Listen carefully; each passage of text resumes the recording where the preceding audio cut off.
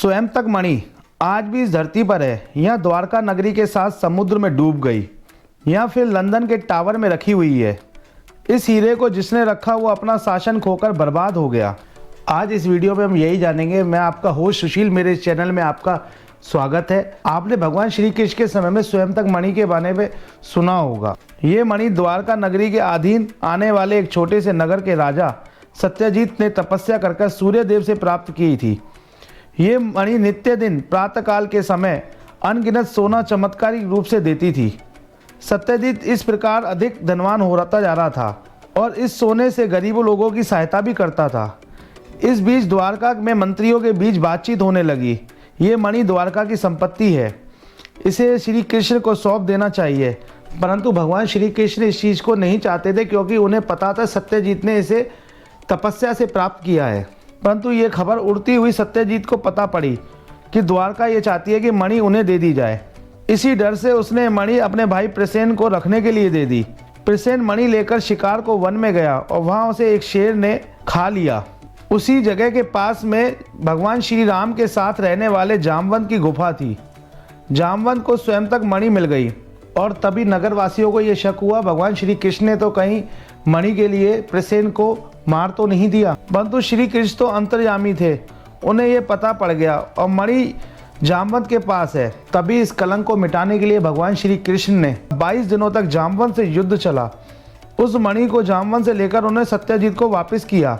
परंतु अपनी गलती से पछताकर सत्यजीत ने अपनी पुत्री सत्यभामा का विवाह श्री कृष्ण से कर दिया और मणि श्री कृष्ण को दे दी। कहा जाता है द्वापर युग में कही जाने वाली स्वयं तक मणि और कलयुग में कहा जाने वाला कोहिनूर हीरा एक ही है। वैसे तो इसका कोई प्रमाण नहीं है, परंतु जानकारों के माने तो स्वयं तक मणि समुद्र में द्वारका के साथ डूब गई थी। और कहा जाए कोहिनूर हीरे का, तो इसकी भी उत्पत्ति का कोई प्रमाण, लिखित प्रमाण, पुख्ता प्रमाण नहीं है। और कहा जाए कि दोनों चीज़ों का प्रमाण नहीं है कि कैसे वो डूबी और कहाँ से कोहिनूर उत्पत्ति हुई। परंतु एक पक्के तथ्य में इसको सत्यापित नहीं किया जा सकता। कईयों का ये मानना है कि ये आंध्र प्रदेश के गुंटूर जिले के एक खान से मिली, परंतु एक पक्के तथ्य में इसको सत्यापित नहीं किया जा सकता। इस हीरे को जो अपने पास रखता है उसका खराब समय चालू हो जाता है। इसे हम नहीं, इतिहास बताता है।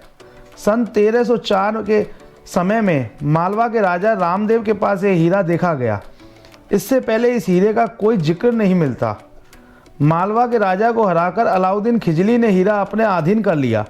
इसी प्रकार ये हीरा एक राजा से दूसरे राजा के पास पहुंचता जाता, क्योंकि ये हीरा जिसके पास रहता वो या तो किसी बीमारी से मृत्यु के मुंह में चला जाता या फिर युद्ध में मारा जाता। इसी प्रकार ये मुगल काल में मुगलों के पास पहुंच गया। इसीलिए बाबर ने अपने द्वारा लिखित किताब बाबरनामा में इस चीज का जिक्र किया था। कोहिनूर हीरे की चमक सूर्य के बराबर चमकती है और तो और ये हीरों का राजा है।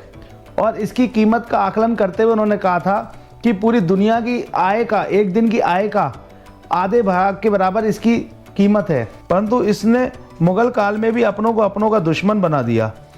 मुगलों के वंशज शाहजहां ने भी इस हीरे को ताजमहल में सिंहासन पर जड़वा दिया। शाहजहां को उनके पुत्र औरंगजेब ने बंदी बना लिया और अंत में हीरा पंजाब के राजा रंजीत सिंह के पास पहुंच गया और वो भी अंग्रेजों से युद्ध हार गए। और हीरा लाहौर संधि के तहत युद्ध के हर्जाने के रूप में अंग्रेजों को दे दिया गया और ब्रिटिश सेना इसे अपने देश ले गई। पर इसका खामियाजा उन लोगों को भी भुगतना पड़ा। एक समय पर पूरी दुनिया पर राज करने वाले अंग्रेजों की बादशाह हर किसी देश से खत्म हो गई और सुपर पावर का ताज उनसे छिन गया। अब हम ये मान सकते हैं हीरा या तो सत्यजीत रख सकता था, जिसने तपस्या कर उसे पाया था, या भगवान श्री कृष्ण उसे धारण कर सकते थे। साधारण इंसान ने तो हीरा धारण करके दुर्भाग्य ही पाया है। आगे आप ही इस चीज़ का निर्णय लीजिए। तो दोस्तों, आज आपको मैंने ये कहानी पूरी बताई। आपको ये कहानी पसंद हो तो प्लीज़ मेरे चैनल को सब्सक्राइब करना मत भूलिएगा। और तो और आप अपना विचार भी कमेंट के रूप में मेरे इस वीडियो पे जरूर छोड़िएगा। मुझे इंतजार रहेगा। नए किस्से के साथ फिर मिलेंगे। तब तक के लिए जय श्री राम।